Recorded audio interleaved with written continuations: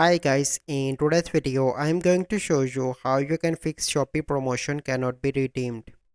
So the first step you simply need to do is to search for Shopee support. Click on how do I contact Shopee customer service,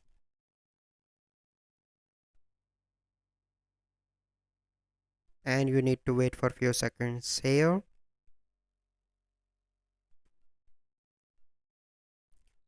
So here you can see that you can contact Shopee customer service via live agent chat on Shopee app, or you can internet call feature. So you simply need to click on learn and help, and here you can see chat with Shopee. Click on that and click on select chat with live agent.